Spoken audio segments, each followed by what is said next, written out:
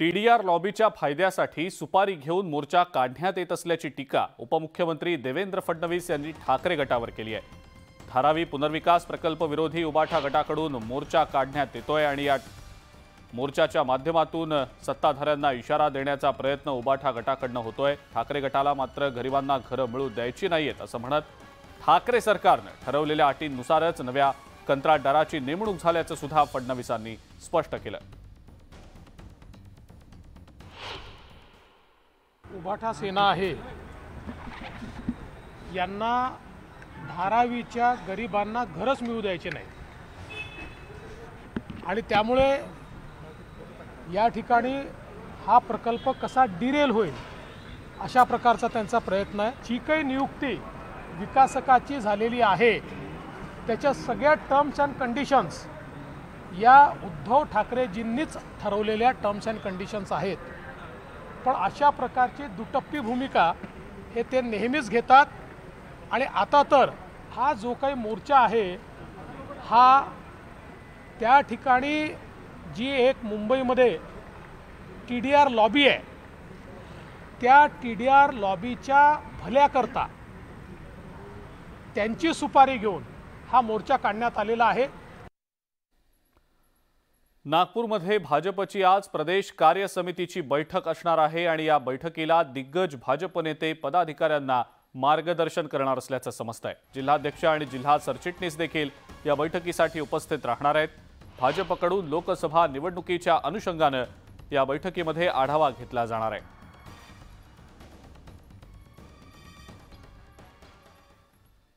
आमदार अपात्रता प्रकरणाचं भवितव्य आता नवीन वर्षात ठरणार आहे। सुप्रीम कोर्टाने आमदार अपात्रता प्रकरणामध्ये 31 डिसेंबरची मर्यादा 10 जानेवारीपर्यंत वाढवलेली आहे। पाहुयात याच संदर्भातला हा रिपोर्ट। राज्य सरकारचं भवितव्य आता 10 जानेवारीला ठरणार आहे। आमदार अपात्रता निकालासाठी 3 आठवड्यांच्या मुदतवाढीची मागणी विधानसभा अध्यक्ष राहुल नार्वेकर यांनी कोर्टात केली। सुप्रीम कोर्टाने 3 आठवड्यांच्या ऐवजी 10 दिवसांची मुदत वाढवून दिली आहे। ठाकरे गटाचे वकील कपिल सिब्बल यांनी हा राहुल नार्वेकर यांचा सुनावणी लांबवण्याचा प्रयत्न असल्याचा युक्तिवाद केला। राहुल नार्वेकर यांची बाजू मांडणारे महाअधिवक्ता तुषार मेहता यांनी 2 लाखपेक्षा जास्त कागदपत्र आलेत ती वाचावी लागतील आणि मगच निर्णय लिहावा लागेल असा युक्तिवाद केला आहे।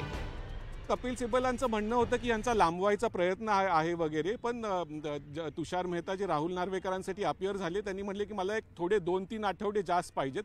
3 आठवड्याच्या ऐवजी एक 10 दिवसाचा वेळ त्यांनी सुप्रीम कोर्टाने त्यांना वाढवून दिलेला आहे। त्यामुळे आता हे निश्चित आहे की 10 जानेवारी किंवा त्याच्या आत शिवसेनेबद्दलचा निर्णय राहुल नार्वेकरांना द्यावा लागेल। तो कोणत्या बाजूने असेल हे राहुल नार्वेकरांनाच माहिती।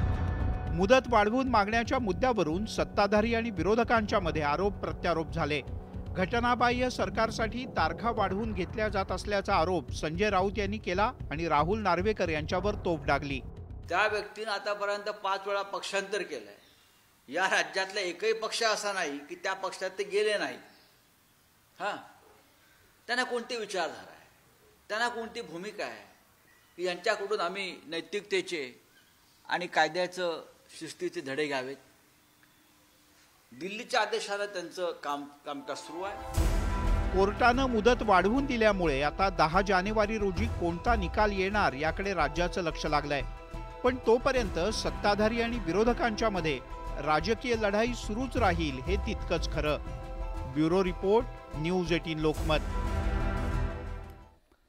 शिवसेनेच्या 16 आमदारांच्या पात्र अपात्रता प्रकरणी सुप्रीम कोर्टाने विधानसभा अध्यक्षांना 10 जानेवारीपर्यंतचा वेळ दिलेला आहे आणि त्यानंतर विधानसभा अध्यक्षांनी अनौपचारिक गप्पांच्या दरम्यान याबाबत प्रतिक्रिया दिलेली आहे। आमदार अपात्रतेबाबत ऐतिहासिक निकाल देणार आणि हे देशासाठी एक उदाहरण असेल असं विधानसभा अध्यक्ष म्हणतायत। याआधी राहुल नार्वेकरांनी आपण क्रांतिकारक निर्णय घेणार असल्याचं वक्तव्य केलं होतं।